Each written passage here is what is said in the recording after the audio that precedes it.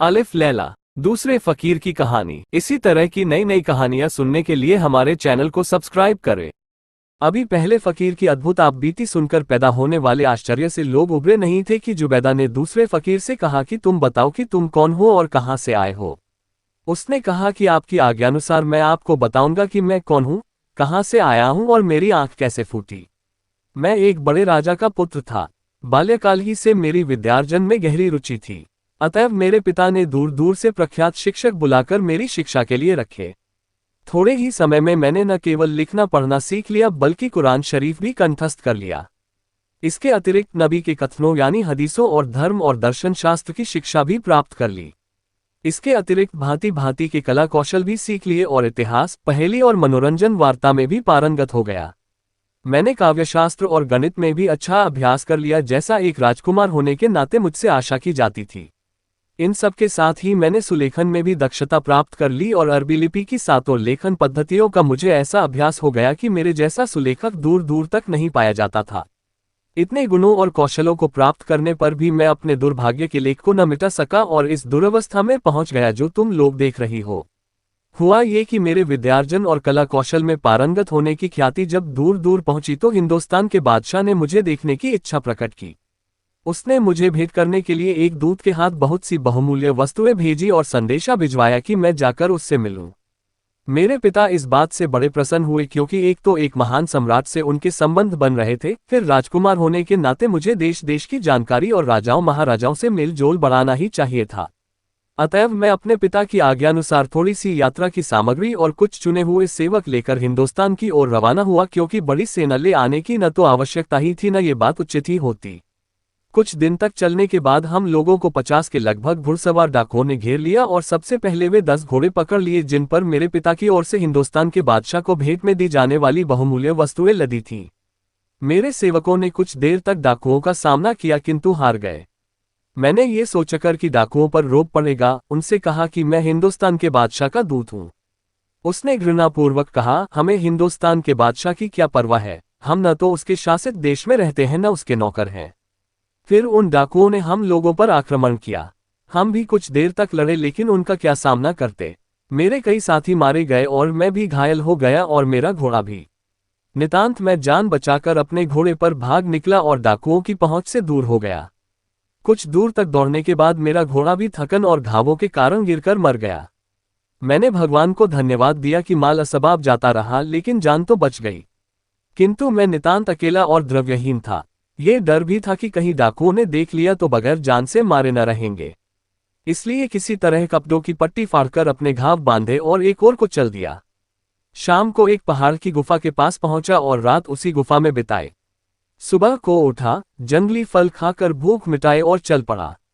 कई दिन तक इसी तरह भटकता रहा। फिर एक बड़े नगर में पहुंच गया जो बड़ा सुशोभित लग रहा था। वहां एक नदी भी बहती थी जिससे वह प्रदेश हरा भरा और धन धान्य से पूर्ण था। मैं नंगे और बिवाइयों से फटे पांव, बड़े बालों और दाढ़ी तथा गंदे फटे वस्त्रों के साथ उस नगर में गया कि मालूम करूं ये कौन सा देश है और यहाँ से मेरा देश कितना दूर है। ये सोचकर मैं एक आदमी के पास जो सरकारी लिपिक था और शहर में आने जाने वालों का हिसाब रखता था गया। उसने मेरा वृतांत पूछा और मैंने सब कुछ जो मुझ पर बीता था उसे बताया। उसने धैर्यपूर्वक मेरी बातें सुनी किंतु फिर उसने जो कुछ कहा उससे मेरे हृदय में शांति आने की जगह भय भर गया। उसने कहा कि तुमने मुझे अपना पूरा हाल बता दिया है सो तो ठीक है, लेकिन यहाँ के किसी और व्यक्ति को कुछ न बताना क्योंकि यहाँ का बादशाह तुम्हारे पिता का शत्रु है और उसे तुम्हारा पता चला तो तुम्हारे साथ बुरी बीतेगी। मैंने उस बूढ़े लिपिक को बहुत धन्यवाद दिया कि उसने मुझ पर दया दिखाई और मुझे खतरे से चेतावनी दे दी। मैंने उससे वादा किया, अब मैं यहाँ के किसी आदमी को अपनी सच्ची कहानी नहीं बताऊंगा। वह लिपिक ये सुनकर प्रसन्न हुआ। मेरा भूख से बुरा हाल हो रहा था इसलिए उसने अपने घर से खाना लाकर मुझे खिलाया और वहीं एक कोने में लेटकर थकावट दूर करने को कहा। मैंने ऐसा ही किया। जब मेरे शरीर में शक्ति और स्फूर्ति आ गई तो मैं फिर उसके पास गया। उसने पूछा कि तुम्हें कोई हुनर ऐसा आता है जिससे तुम अपनी जीविका चला सको। मैंने साहित्य, काव्य, कला, व्याकरण, सुलेखन आदि की निपुणता की बात कही तो उसने कहा, ये सब यहाँ बेकार है, यहाँ विद्या की कोई पूछ नहीं, तुम्हें इस विद्या से एक पैसा भी यहाँ नहीं मिलेगा। उसने कहा कि तुम शरीर से तगड़े हो, तुम्हें चाहिए कि एक जांघिया पहनकर जंगल में चले जाओ और लकड़ियां काटकर शहर में लाकर बेचा करो। उससे तुम्हें इतनी आय तो हो ही जाएगी कि किसी का आश्रय लिए बगैर अपना खर्च चला लो। कुछ दिन इसी प्रकार दुख उठाकर मेहनत करके समय बिताओ। आशा है कि इसके बाद भगवान तुम पर कृपा करेगा और तुम फिर सुख समृद्धि प्राप्त करोगे। मैं तुम्हारी इतनी सहायता कर दूंगा कि तुम्हें एक कुल्हाड़ी और एक रस्सी दे दूं। मरता क्या न करता। यद्यपि यह कार्य मेरे योग्य किसी प्रकार नहीं था, फिर भी मैंने ये करना स्वीकार कर लिया क्योंकि कोई और रास्ता नहीं था। दूसरे दिन लिपिक ने मुझे एक जांघिया, एक कुल्हाड़ी और एक रस्सा लाकर दे दिया और मेरा परिचय थोड़े से लकड़हारों से करा दिया और कहा कि इस आदमी को भी लकड़ी काटने के लिए साथ ले जाया करो। मैं लकड़हारों के साथ जंगल में जाता और लकड़ियां काटकर उनका गट्ठा बनाकर शहर में ला बेचने लगा। मुझे एक गट्ठे का मूल्य 1 स्वर्ण मुद्रा मिलती थी। यद्यपि जंगल उस शहर से दूर था, तथापि नगर निवासी बड़े आलसी थे और श्रम करने के अभ्यस्त न थे, इसलिए लकड़ी शहर में बहुत महंगी मिलती थी। कुछ ही दिनों में मेरे पास काफी स्वर्ण मुद्राएं हो गईं, जिनमें से कुछ अपने उपकारी लिपिक को मैंने दे दी। इसी प्रकार मेरा 1 वर्ष व्यतीत हो गया। एक दिन लकड़ी काटते काटते अपने साधारण स्थान से आगे बढ़ गया। आगे का जंगल मुझे और अच्छा लगा। मैंने एक वृक्ष काटा। जब उसकी डालें और तना काट चुका तो मैंने उसकी जड़ भी काट कर ले जानी चाहिए। कुल्हाड़ी चलाते चलाते मुझे एक लोहे का कड़ा दिखाई दिया और मिट्टी हटाई तो देखा कि कड़ा लोहे के दरवाजे में लगा है। मैंने जोर लगाकर उसे ऊपर उठाया तो नीचे जाती हुई सीढ़ियां दिखाई दी। मैं रस्सा और कुल्हाड़ी सहित नीचे उतर गया। नीचे एक बड़ा मकान था जिसमें ऐसा प्रकाश हो रहा था जैसे वह धरती के ऊपर बना हो। मैं आगे बढ़ता गया तो देखा कि सामने एक बारादरी है जिसके पाए सगे मूसा के बने हुए हैं और खंभे नीचे से ऊपर तक खालिस सोने के बने हैं। बारादरी में एक अत्यंत रूपवती स्त्री बैठी थी। मैंने उसे देखा तो ठगा सा रह गया। मैंने उसके निकट जाकर अभिवादन किया। स्त्री ने मुझसे पूछा, तुम कौन हो, मनुष्य या जिन? मैंने सिर उठाकर कहा, हे सुंदरी, मैं मनुष्य हूँ, जिन नहीं हूँ। वह स्त्री शोकयुक्त स्वर में बोली, तुम मनुष्य हो तो यहाँ मरने के लिए क्यों आए हो? मैं यहाँ 25 वर्षों से रह रही हूँ और इस काल में तुम्हारे सिवाय और कोई मनुष्य नहीं देख सकी हूँ। उस स्त्री के अनुपम रूप के साथ ही उसके स्वर की मधुरता का मुझ पर ऐसा प्रभाव पड़ा कि कुछ देर तक मेरे मुंह से कोई बात नहीं निकली। कुछ देर में स्वस्थ होकर मैंने उस स्त्री से कहा, सुंदरी, मुझे तुम्हारा कुछ हाल नहीं मालूम, किंतु तुम्हारे दर्शन मात्र से मुझे अतीव सुख मिला है और मैं अपना सारा दुख दर्द भूल गया हूँ। मेरी अतीव इच्छा है कि तुम्हें यहाँ से छुड़ा दूं, क्योंकि यह स्पष्ट है कि तुम यहाँ सुखी नहीं हो। और मैंने अपना सारा जीवन वृत्त उस स्त्री के समक्ष वर्णन किया। मेरा पूरा हाल सुनने के बाद वह स्त्री ठंडी सांस भरकर बोली, शहजादे, तुम ठीक कहते हो। यह मकान जादू का है और यहाँ प्रचुर धन और समस्त सुविधाएं उपलब्ध हैं, फिर भी मुझे यहाँ रहना तनिक भी पसंद नहीं। तुमने आबनूस के द्वीपों के बादशाह अबू तैमुरस का नाम सुना होगा। मैं उसकी बेटी हूँ। मेरे पिता ने मेरा विवाह अपने भतीजे के साथ कर दिया। जब मैं शादी के बाद अपने पति के घर जाने लगी तो रास्ते में मुझे एक दुष्ट जिन ने उड़ा लिया। मैं भय के कारण लगभग 3 पहर तक अचेत रही। जब मुझे होश आया तो मैंने अपने को इस मकान में पाया। अब केवल उसी जिन के साथ मेरा उठना बैठना है। ये सारा धन और सुख सामग्री जो यहाँ दिखाई देती है मुझे कुछ भी संतोष नहीं दे पाती। हर 10वें दिन जिन यहाँ आता है और मेरे साथ रात बिताता है। उसका विवाह पहले तो उसी की जाति की एक स्त्री से हो चुका है और वह अपनी स्त्री के भय से मेरे पास इससे अधिक नहीं रह पाता। 10 दिन के अंदर यदि किसी दिन मैं उसे बुलाना चाहूं तो उसका भी प्रबंध उसने कर दिया है। यदि मैं यह इधर रखा हुआ जादू का यंत्र छू दूं तो उसे खबर हो जाती है और वह आ जाता है। स्त्री ने आगे कहा, उस जिन को यहाँ से गए 4 दिन हो गए हैं। वह 6 दिन बाद फिर यहाँ आएगा। यदि तुम्हें यहाँ की सुख सुविधाएं और मेरा साथ पसंद है तो 5 दिनों तक यहाँ आराम से रह सकते हो। मैं तुम्हारा हर प्रकार से आदर सत्कार करूंगी और तुम्हें सुख पहुंचाऊंगी। मैं उसकी बातें सुनकर बड़ा प्रसन्न हुआ। मुझे इसमें क्या आपत्ति हो सकती थी कि ऐसी सुंदरी के साथ रहूं। मैंने बड़ी प्रसन्नता से यह बात स्वीकार कर ली। वह मुझे एक स्नानागार तक ले गई। मैंने अंदर जाकर अच्छी तरह स्नान किया और बाहर निकला। वह मेरे पहनने के लिए जरी के वस्त्र ले आई। मैंने वह शाही पोशाक पहनी तो वह मुझे देखकर मुझ पर और भी कृपालु हो गई। फिर एक सजे हुए दालान में उसने मुझे एक सुनहरे कमखवाब की मसनद पर बिठाया। फिर वह नाना प्रकार के स्वादिष्ट व्यंजन लाए और हम दोनों ने साथ बैठकर भोजन किया। दिन भर हम लोग इधर उधर की बातें करते रहे। रात के भोजन के बाद उसने अपने साथ मुझे सुलाया। सुबह होने पर उसने और भी स्वादिष्ट व्यंजन बनाए और मेरे विशेष सत्कार के लिए पुरानी शराब की बोतलें ले आई। मैं बहुत सी शराब पीकर मदमस्त हो गया। मैंने उससे कहा, प्रिय, तुम 25 वर्षों से इस मकान में जिसे कब्र कहना चाहिए बंद हो। ये बात ठीक नहीं है। तुम मेरे साथ यहाँ से निकल चलो और बाहर की ताज़ा हवा खाओ। इस दिखावे के ऐश आराम को छोड़ो क्योंकि यह जादू से अधिक कुछ नहीं है। तुम मेरे साथ चलो। वह सुंदरी बोली, ऐसी बातें जिह्वा पर भी न लाना।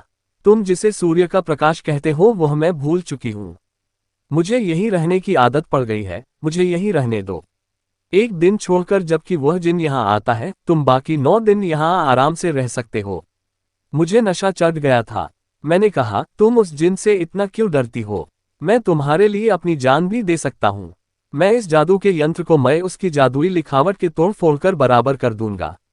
अपने जिन को आने दो, मैं भी तो देखूं उसमें कितनी ताकत है। मैंने निश्चय कर लिया है कि संसार के सारे जिन्नों का अंत कर दूंगा और सबसे पहले इसी जिन को मारूंगा जिसने तुम्हें कैद कर रखा है। वह स्त्री भली भांति जानती थी कि मेरी मूर्खता का क्या फल होगा। उसने मुझे बहुत समझाया, हर तरह रोका, कस्में दी कि यंत्र को छुआ तो हम दोनों मारे जाएंगे क्योंकि उस जिन की शक्ति को मैं जानती हूँ, तुम नहीं जानते। मैं नशे में धुत था इसलिए मैंने उसकी चेतावनी को अनसुना कर दिया और ठोकर मारकर जादू के यंत्र को तोड़ डाला। यकायक ही सारा मकान कांपने लगा और एक महाभयानक शब्द हुआ। सारी रोशनियां बुझ गईं और अंधकार छा गया जिसमें रह रहकर बिजली चमकने लगती थी। ये हाल देखकर मेरा नशा हिरन हो गया। मैंने सोचा कि वास्तव में मुझसे भयानक भूल हो गई। मैंने अब उस सुंदरी से पूछा कि क्या करना चाहिए। उसने कहा कि मुझे अपने प्राण जाने का भय नहीं, मैं तो वैसे ही दुखी थी। तुम्हारी जान को जरूर खतरा है और इसी से मैं अत्यंत व्याकुल हूं। तुमने खुद ही अपनी जान के लिए यह आफत मोल ली। अब यहां से तुरंत भागकर जान बचाओ। ये सुनकर मैं ऐसा बेतहाशा भागा कि अपनी कुल्हाड़ी और रस्सा भी वहीं भूल गया और गिरते पड़ते उस सीढ़ी तक आया जिससे उतरकर उस मकान में गया था। इतने में वह जिन भी अत्यंत क्रुद्ध होकर वहां आ पहुंचा और गरज कर स्त्री से पूछने लगा कि तूने मुझे क्यों बुलाया है। वह डर के मारे पत्ते की तरह कांपने लगी और बोली, मैंने तुम्हें बुलाया नहीं है। मैंने इस बोतल से थोड़ी सी मदिरा पी ली थी। मुझ पर ऐसा नशा चढ़ा कि हाथ पांव काबू में न रहे। नशे की हालत में मैंने इस यंत्र पर पांव रख दिया जिससे ये टूट गया। जिन ये सुनकर और भी कुपित हुआ और बोला, तू झूठी, मक्कार और दुराचारिणी है। इस कुल्हाड़ी और रस्से को यहाँ कौन लाया है? स्त्री बोली, मैंने तो इन्हें अभी अभी देखा है। तुम भागते दौड़ते आए हो, इसलिए तुम्हारे साथ लगी हुई यह चीजें आ गई होंगी। तुमने अपनी जल्दी में ध्यान न रखा होगा कि तुम्हारे पास कुल्हाड़ी और रस्सा भी है। इस पर जिन का क्रोध और भी बढ़ा। उसने स्त्री को भूमि पर पटक दिया और उसे निर्दयता से पीटने लगा और साथ में गालियां भी देने लगा। स्त्री तड़पने और रोने चिल्लाने लगी। उसका करुण क्रंदन मुझसे नहीं सुना जाता था, लेकिन मैं कुछ कर भी नहीं सकता था। मैंने स्त्री के दिए वस्त्र उतारे और वही फटे पुराने लकड़हारों के वस्त्र पहन लिए जिन्हें पहनकर मैं पिछले दिन आया था। फिर मैं सीढ़ी से चढ़कर ऊपर आ गया। मैं अपने का बराबर कोसता जा रहा था कि मेरी मूर्खता और जिद्दीपन के कारण उसे बेचारी स्त्री पर ऐसा अत्याचार हो रहा है। बाहर आकर मैंने फिर सीढ़ी के मुंह पर लोहे का दरवाजा रखा और उस पर मिट्टी डालकर उसे छुपा दिया। फिर मैंने पिछले दिन की जमा की हुई लकड़ियां किसी तरह बांधी और नगर में आकर लकड़ी का गट्ठा बेच दिया। फिर भी मैं बराबर सोच रहा था कि न जाने उस सुंदर स्त्री पर क्या बीत रही होगी। लकड़ी बेचकर जब मैं अपने निवास स्थान पर आया तो लिपिक मुझे देखकर अत्यंत प्रसन्न हुआ।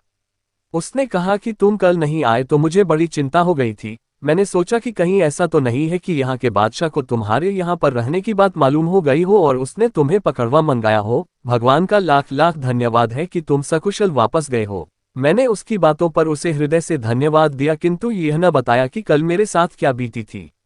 मैं अपने कमरे में चला गया और फिर उसी शोक में निमग्न हो गया कि मैंने अपने दुराग्रह से अपनी उपकारिणी स्त्री को कैसा दुख पहुंचाया, और अगर मैं वह यंत्र न तोड़ डालता तो उस राजकुमारी पर भी दुख न पड़ता और मैं 5 दिन बड़े सुख से रहता। मैं ये सोच ही रहा था कि लिपिक मेरे पास आकर कहने लगा कि एक बूढ़ा एक कुल्हाड़ी और रस्सा लेकर आया है और कहता है कि तुम शायद इन्हें जंगल में भूल आए थे, लेकिन वह इन चीजों को तभी वापस करेगा जब तुम बाहर चलकर उसे इनकी पहचान बताओगे। ये सुनकर मेरा चेहरा पीला पड़ गया और मैं भय के कारण सिर से पांव तक थरथर कांपने लगा। लिपिक ने मुझसे पूछा, ये तुम्हें क्या हो रहा है?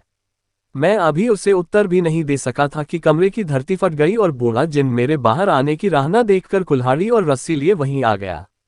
उसने मुझसे कहा, तू जानता है मैं कौन हूँ? मैं ऐसा वैसा जिन नहीं हूँ, स्वयं इबलीस शैतान का दौहित्र हूँ। तू जानता है कि इबलीस सारे जिन्नों और दैत्यों का सरताज है। बोल, ये कुल्हाड़ी और यह रस्सा तेरे हैं या नहीं? मैं उसे देखकर ऐसा भयभीत हुआ कि मेरी वाक शक्ति ही समाप्त सी हो गई और मैं अचेत होकर गिरने लगा। जिन ने मेरे होश में आने की प्रतीक्षा नहीं की।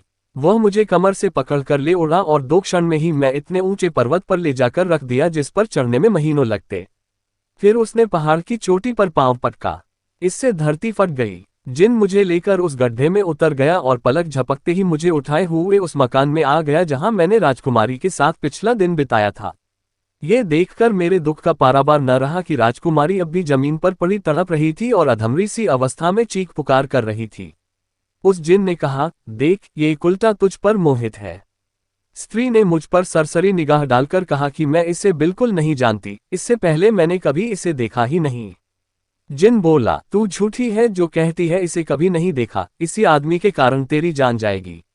स्त्री ने कहा कि तुम किसी न किसी बहाने से इसे मार डालना चाहते हो, इसी से मुझसे झूठ कहलवा रहे हो। जिन ने कहा कि अगर तू वास्तव में इससे अपरिचित है तो तलवार उठा और इसका सिर काट दे। राजकुमारी ने कहा, मुझसे तलवार कहाँ उठेगी, इसका अतिरिक्त ये कैसे हो सकता है कि मैं किसी निर्दोष व्यक्ति के प्राण लूं। जिन ने कहा कि ऐसी हालत में भी तू इसे मारने से इनकार करती है, इसी बात से तेरा पापाचार सिद्ध हो जाता है। फिर जिन ने मुझसे पूछा कि तू इस स्त्री को जानता है या नहीं। मैंने जी में सोचा कि राजकुमारी स्त्री होकर भी इतना साहस दिखा रही है, मैं मर्द होकर यदि इसका भेद खोलूं तो इससे अधिक अशोभनीय क्या होगा। इसलिए मैंने भी कहा कि मैंने इससे पहले इस स्त्री को कभी नहीं देखा है।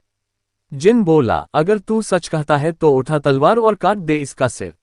मैं मन में सोचने लगा कि यह तो अत्यंत अनुचित बात होगी कि उस स्त्री को जो मेरे कारण इस दुख में पड़ी थी अपने हाथ से मारूं। स्त्री ने मुझसे संकेत से कहा कि तुम सोच विचार न करो, मेरी जान बचने ही की नहीं है, तुम अपने हाथ से मुझे मार डालो और इस प्रकार अपनी जान बचाओ, मुझे इसी में संतोष मिलेगा। किंतु मैं ऐसा न कर सका। मैं 2 पग पीछे हट गया और तलवार हाथ से फेंककर जिन से बोला, तुमने मुझे बिल्कुल कायर पुरुष समझ लिया है कि तुम्हारे कहने भर से किसी अपरिचिता को मार डालूं। फिर इस सुंदरी की तो तुमने वैसे ही दुर्दशा कर रखी है, मैं इस पर क्या हाथ उठाऊं। तुम्हें अधिकार है कि जो चाहो वह करो, किंतु इस प्रकार का काम मुझसे न होगा। जिन ने कहा, तुम दोनों ही मेरे क्रोध को निरंतर बढ़ा रहे हो। तुम शायद यह नहीं जानते कि मुझमें कितनी शक्ति है। ये कहकर उस अत्याचारी ने स्त्री के दोनों हाथ काट डाले। वह अधमरी तो पहले ही से हो रही थी, ये चोट खाकर तुरंत मर गई। मैं ये देखकर मूर्छित हो गया। कुछ होश आया तो मैंने जिन से कहा कि अब तुम मुझे भी मार डालो और अपना क्रोध शांत करो। जिन ने कहा, हम लोगों का नियम है कि जब किसी को व्यभिचार का दोषी पाते हैं तो उसका वध कर देते हैं। तुम पर मुझे व्यभिचार का संदेह भर है, इसलिए तुझे मारूंगा नहीं, किंतु मानव नहीं रहने दूंगा। अब तू कुत्ता, गधा, सुअर या जो भी पशु पक्षी बनना चाहे बता दे, मैं तुझे वही बना दूंगा। मैंने उसका क्रोध कुछ कम देखा तो बोला, जिन्नों के सरताज, मेरी प्रार्थना है कि एक भले आदमी ने अपने बुरा करने वाले के साथ जैसे उपकार किया था वैसे ही तू मुझे क्षमा कर दे और मुझे आदमी ही रहने दे। जिन ने कहा, यह भले आदमी का क्या किस्सा है। मैंने बताना शुरू किया।